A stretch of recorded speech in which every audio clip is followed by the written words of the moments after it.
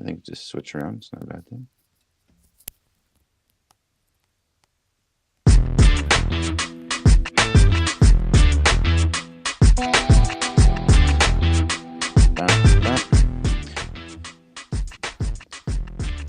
Bump, Bump, bump, bump, ba-da-da, ba-da-da, bump, bump, bump.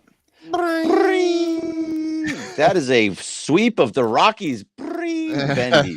I love it. What's happening, Marcus? How's it going today? Good, good. Yeah, it was a sweep. It was maybe a more stressful sweep than at least of the Rockies than would have been expected, but it is 3 straight wins nonetheless, so we'll take it. I just like the fact that it's 3 straight wins. Exactly. I don't care. It's the Rockies. It is a little worrisome that against the Rockies, I think they beat them by 2, 4, and 1, if I'm remembering that all off the top of my head correctly. So they didn't necessarily destroy the team with 3 wins, but you know what? They won no matter what. So anyway, do you ever look at your computers in the mornings and just look around and realize I have all these tabs open and I have just random baseball reference pages open. Like I have a Nolan Arenado page, which I guess that kind of makes sense. I got a Jeff Fry baseball Fry. reference Wow, page. that's the name I've Jeff not heard in a Fry. long time. Yeah, Yeah. sometimes I Oh, do. you I actually turn on know my the name. Yeah, wasn't he like a middle infielder for the Rangers, I think, if I remember right? Oh, Am I wow, thinking look at am I you. Is thinking of that something else? yeah, he was with the Rangers, the Red Sox, the Rockies, and the Blue Jays. So nice Okay. job. Yeah, thanks. Yeah, I mean, I have a pretty fairly deep lexicon of random baseball players in my head. So, yeah, but no. To your point, yeah, sometimes I turn on my computer and it's a little bit of a jump scare to see how many tabs that I have open. This morning was fairly. It made sense, right? I had like the Dodger 40-man roster. I think I had an Andy Pajes baseball reference page. So at least it was all kind of relevant to yesterday being on with Clint Pasillas and that sort of thing. No, yeah. So Jeff Fry is the guy that started to rip on Miguel Rojas because I don't like that you were making fun of these other guys when on the What? mound. You were doing the Roki Sasaki and you were doing Tyler Glasnow and Yamamoto. Like, dude, just shut up. Like, are you They were. serious? It was his The game was teammates. 11-0. It was 11-0. They were his teammates. I think. I mean, from what I saw, like everybody in the dugout was having a good time with it. It's just like, what, man? Go back to your own business. What the hell are you doing, Jeff Fry? Your own business of nothing at this point. Like Nothing. it's just a stupid. It's a typical old ex-player in any sport that goes out there and wants to just complain about something in today's game. These kids today's don't respect the game. Just like, did you see Isaiah Thomas and being upset with LeBron practicing on the crypto? Yeah, Because shirt.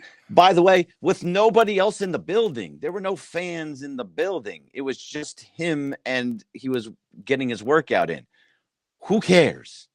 Who cares? It is. It's I hope I don't become that old guy that I'm not yelling at clouds. I mean, I know I have a history of yelling at small clouds, but I don't get it. Just maybe Jeff Fry just needed his name in the news. He was upset because you had John Rocker out here fake fighting with Patrick Mahomes Sr. So maybe Jeff Fry's wanted to get in on the action. I have no idea. No idea. All right, but maybe it's time to start talking about the game last night and just the series win in general.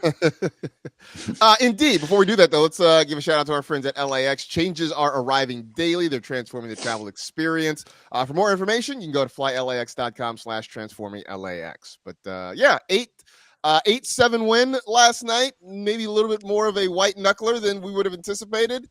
You were actually there, though, to see it in person, correct? Yeah, I was there. It was my first Dodger game of the season. It was really nice to get into there. It's hard to get to those games because it's expensive, and it's rightfully so expensive because they have a guy named Shohei Ohtani that brings in lots and lots of money. But it was really fun. It was just nice to be back in the ballpark. It was a chillier day, so that was kind of nice. There's a couple things that I noticed, Marcus, and I want to get so you go to these games, and we had Dieter Rule on earlier in the season. After Nancy B. Heffley passed away. But he wasn't there last night. It completely changes the experience. Oh. The Dodger game experience is completely changed with no organist. They need to always has to be one. I don't think I've ever been to a Dodger game without the organ. I can't even imagine that. That would be very weird. Yeah, it was odd. So you didn't get like the eye to eye, the 1-2-1 counts. You didn't get the Mm-hmm. down the line. You didn't get if there was a 3-1-1 count. You didn't get a 3-11 song being played. Like all of his little touches in the game that we talked about with him just weren't there, and it was a little disconcerting. Another thing I noticed was that what's his name?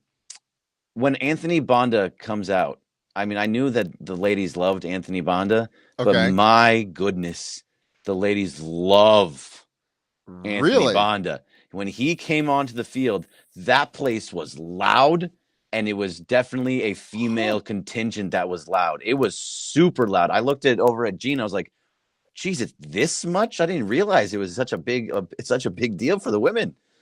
So we should start calling him LL Cool A, right? Like Oh yeah. ladies love Cool Anthony sort of thing. Like you know what? I did not know this. I had no idea that he had a big fan base among the women of Dodger fandom, of Oh Dodger yeah. Nation. This is new to me. Wow. Uh, Okay. it, it's absolutely a thing. The ladies love him, and it was loud when he came out. It was interesting. The other thing that happened was that that was my first Shohei Ohtani home run in person, live and Okay. in person, Mm-hmm. which and it is That was a that was it, majestic. it That yeah, was it's majestic. My goodness, if you weren't watching and you just heard the sound of the bat, you went, "Oh, that's a home run." Like if you yeah. were looking down at your phone or something, you would just be like, "Oh, that's gone." Like it was that ball was blasted. I thought it was going to be out of the park. Like It was out so, of the stadium. Yeah, I I it was monstrous. I saw it after the fact. So this is how the game went for me yesterday. I wasn't home for the early part of it. I checked in just to see what the score was. I was like, oh, it's 2-1. I was like, oh, I see Shohei is homered. I see Freddie is homered. All right, great. Several minutes later, I checked back in, and it's 7-1. I was like, wow, the offense has finally come to life. This is amazing. I'm like, all right, well, I guess I'm cool to check back for a while. It'll be okay for a little bit.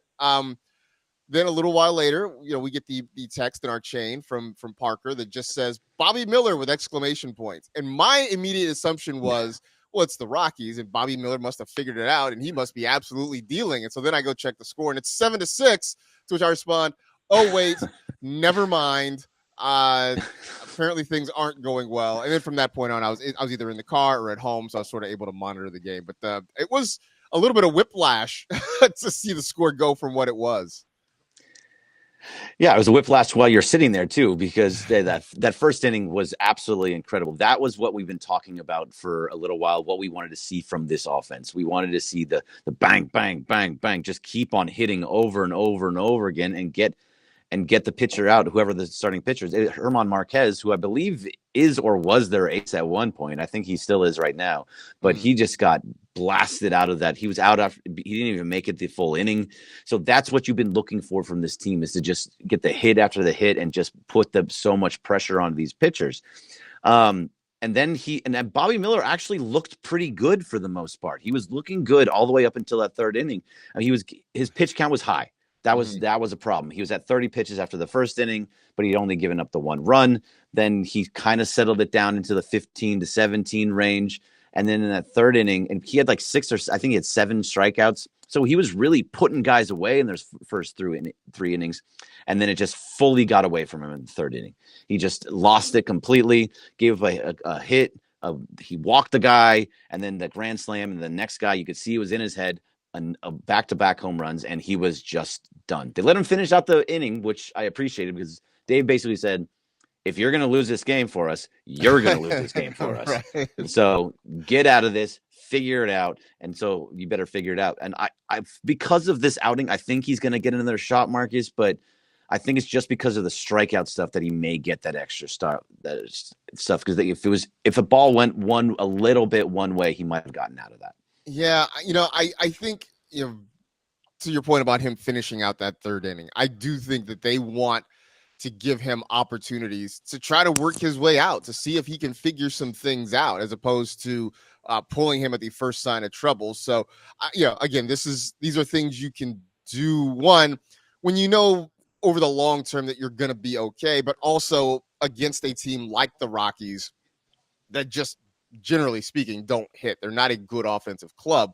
I think you kind of give a guy an opportunity to sort of work his way through that. If this had been the Phillies, if this had been probably the Cubs, I think you see Dave go get him a little bit. But this was one where they're going to try to let him sort of deal with some things. So, I'm curious about when his next turn is going to come. I don't think this is the last we've seen of Bobby Miller, but the leash is getting a lot shorter for him for sure. I think there's also, though, a conversation, Greg, to be had about whatever the sixth spot in the rotation is, or like these sort of gap games between the sixth spot and between Blake Snell being gone, because so far they've tried Justin Wrobleski, they've tried Landon Knack, now they've tried Bobby Miller. Knack has been the best of them, but Greg, I wouldn't say that he's been good so far this year. No, I mean he pitched well. It wasn't perfect. He got himself out of a couple of jams. I think he had runners in scoring position in every inning that he pitched the other night, Landon Knack. But so yeah, I don't know if it's him. I think Tony Gonsolin just had a really good outing for his second consecutive outing. So I think he's going to be the next guy up, and is probably going to be that sixth spot guy. He's the best shot. I know Kershaw just pitched. He's probably a little ways away, but he just pitched and went 3 innings, no hits. Or not no hits, but no runs, and looked pretty good from what it sounds like, although his velocity was sitting around 89, 90.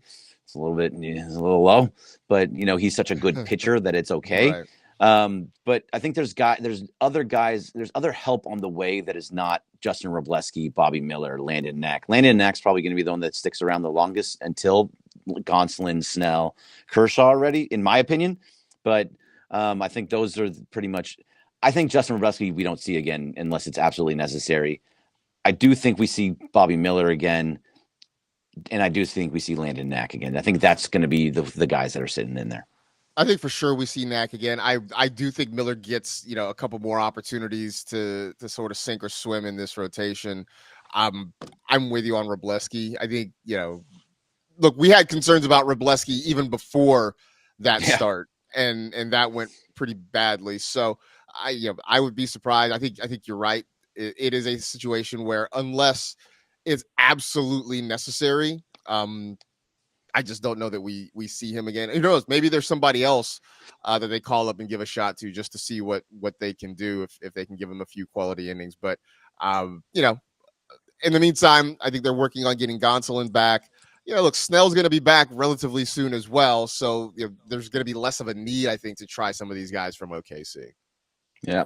No, I think you're absolutely right. I think it's about 15 minutes in, Marcus. I got to do it. I think I'm ready. All right, to do let's it. do it. Let's we do go. it? Are you ready for it? Because let's go. This is something. It's time to talk about Michael Conforto.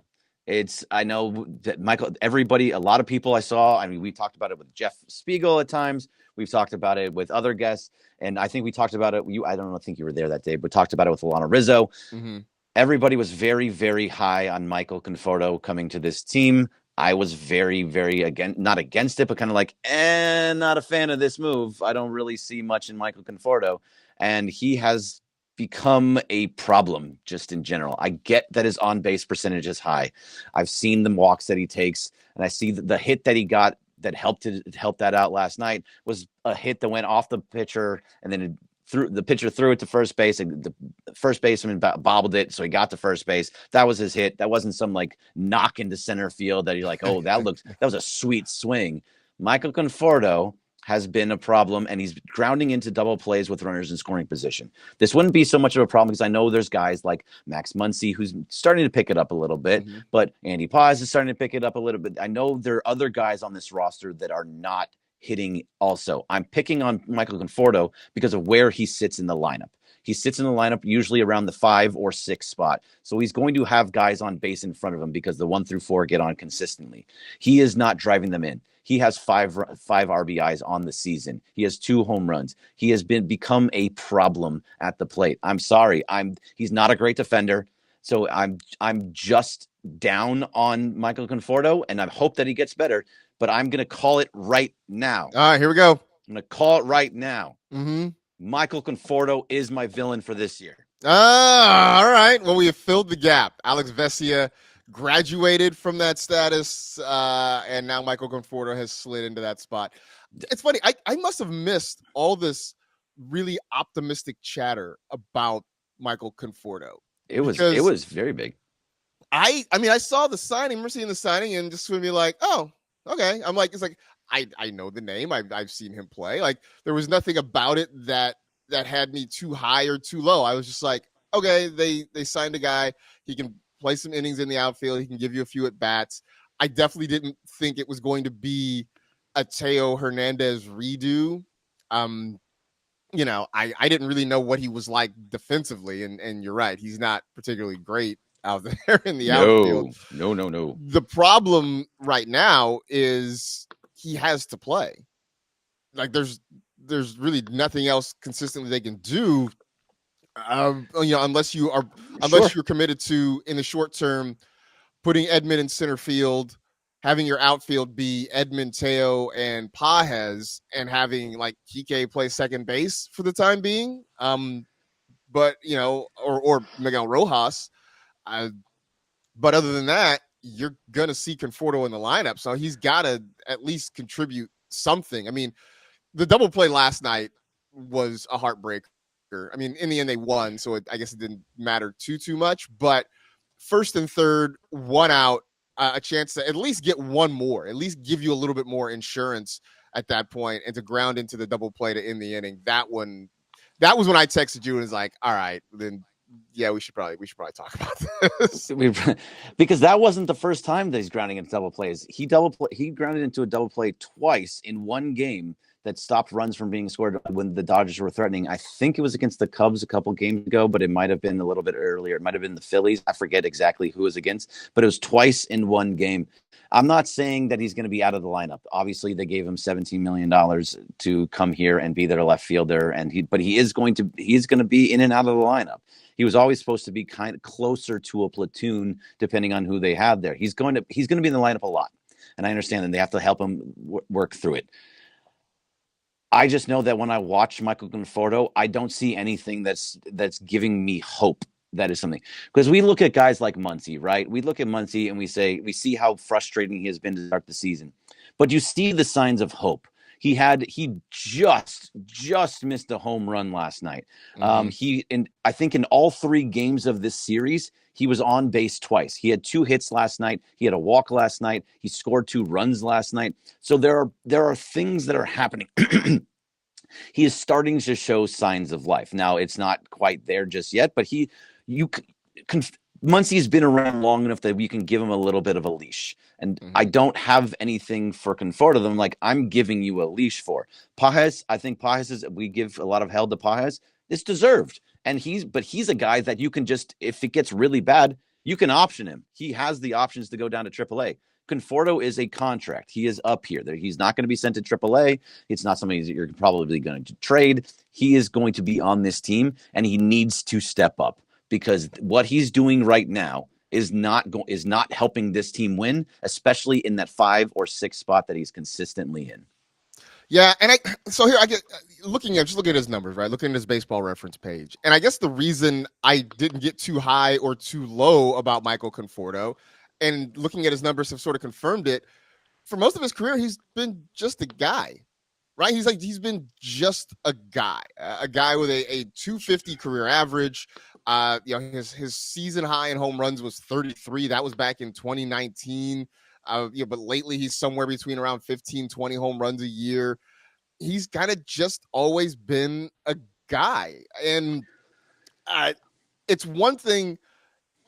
Look, you talk about Andy Pages, and yeah, he has definitely caught some hell from the fans for the way this season has started. But Andy Pages is also only 24 years old, right? Where you think with some more at bats, some more opportunities, there's still room for him to grow. There's still a ceiling there. Michael Conforto is 32. He is at this point what he is, and I think the idea from some Dodger fans that this team could somehow fix him and get more out of him, maybe a little, but I just think he kind of is who he is at this point. Now, hitting with men in scoring position, because you're going to be in a position to do that, that's going to be important. You're going to get pitches to hit, when those guys ahead of you are on base, so you've got to make the most of them. So in that regard, I mean, he's going to be in the lineup most days, and so he's going to get opportunities, and you hope that maybe he turns some things around. But I think the idea that he was going to come in here and be the next Teo and give this team 30 home runs. He's only done that once in his career. Like it seemed like a big stretch to me.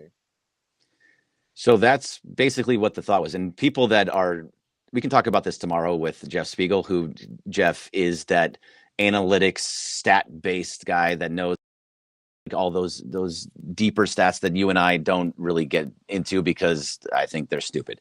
I get that they're important. I do, but I can see with my eyes what's happening with Michael Conforto. I don't need to see that his WXOBP or whatever that you want to call it is a above league average or whatever. His BABIP and stuff like yeah, his BABIP and that kind of stuff is all going to be what he's going to get into. But it was guys like that said like, oh, what his stuff, his advanced numbers look great. His advanced stats look great. And that he's going to be a guy that really comes in here and shows what he can do. His splits in San Francisco, home, he was terrible. Away, he was amazing. So getting out of San Francisco is going to help his numbers and all this stuff. It's just not happening right now. And just like everybody else, yes, it's early. It's April 17th. I get it. But he's not showing signs of life at all. You're not seeing good at bats. You're not seeing him just missing home runs or diving catches being made or him getting caught at the wall or any of these types of things. He's grounding into double plays. He's striking out or he's walking, and those walks are just not going to consistently be there. I can't expect that. No, I mean, I think he sort of is who he is at this point. And maybe gets a little bit better. He's hitting 211 right now. I can see that coming up a little bit. I think he'll generate some decent power numbers, but that's kind of who he's going to be. And then when Ha-Seong Kim eventually comes up, because that is going to happen, it's going to get crowded, right? Because you're going to still want Edman in the lineup, because even if Edman's average isn't great, and I don't expect these kind of power numbers all year from him, what he does over the course of a game is so important. Like what he does as a defensive player, even when he's not necessarily getting hits, I think his at-bats are always usually competitive ones. So he's going to play. Teo is going to play. Pages right now making a case for himself to at least get a few more at-bats and get in the lineup. It's going to get really, really crowded in that outfield. That's not to say, look, I mean, Chris Taylor's getting some late inning defensive replacements and getting some late inning at bats. So, you still got to work him in every once in a while. So once Kim gets here, then it does really become really difficult for a lot of folks to justify being in the lineup every day. And so I think for Conforto, this is his chance in the next few weeks or so to really earn that spot to say that he should be in the lineup consistently. Yeah, no, you're absolutely right. And I think, and it's even Pages, he had 2 hits last night. He had 3 RBIs. He came in up clutch when he needed to come up clutch last night. With runners on, he got hits. And I can't remember the last time that he had a misplay in the outfield. He played right field the first 2 games. He played center field last night. I didn't see any issues that just off the top of my head right now. So all of those things are starting to get better. And that was kind of why I didn't want to make Pages my villain, because, that I just wasn't ready. It was still too early for a young guy that showed the power and has the arm strength to get guys out in the outfield. So, yeah, I wasn't ready for that. This is where it's going, is to Conforto. Before we go, are you going to have a villain at some point this season? Is this something that, or are you staying away from it? Where are you going with this? I don't see one that it's fun. I know it's fun. No, I kind of want in on the fun. I just don't I thought maybe for a minute it might be Bonda, but he was good last night. Plus, I don't want to bring approximately half the fan base down on me. Oh no, they'll come after you. I'll say this: I was scrolling through some photos of Anthony Bonda. I kind of get it. At first thought I was kind of like, really, Anthony Bonda? But then I started digging through some photos. I was like, oh yeah, look, I kind of see it. So massive chest tat, full tatted. Yeah, tats. But I saw pictures of him with a couple of hoop earrings, and I think the facial hair works for him. The mustache and the little goatee. I even went back to some of his photos from junior college, San Jacinto College. I was like, yeah, I get it. He's a handsome man. Not gonna knock it. LL Cool A is going to be his LL new. Cool A. That's I it. love that. I love that. So we're going to start that. We're going to start calling him LL Cool A for Anthony Banda. All right, that's enough for Blue Review for today. Thank you very much, Marcus. Thank you to the chat. Thank you, Graham, for filling in. Did a great job back there. And Travis and DeMarco is coming up next, so they're going to be talking some Dodger baseball as well. So make sure to stick around for them. And that'll do it for us. See you tomorrow. Jeff Spiegel will be on.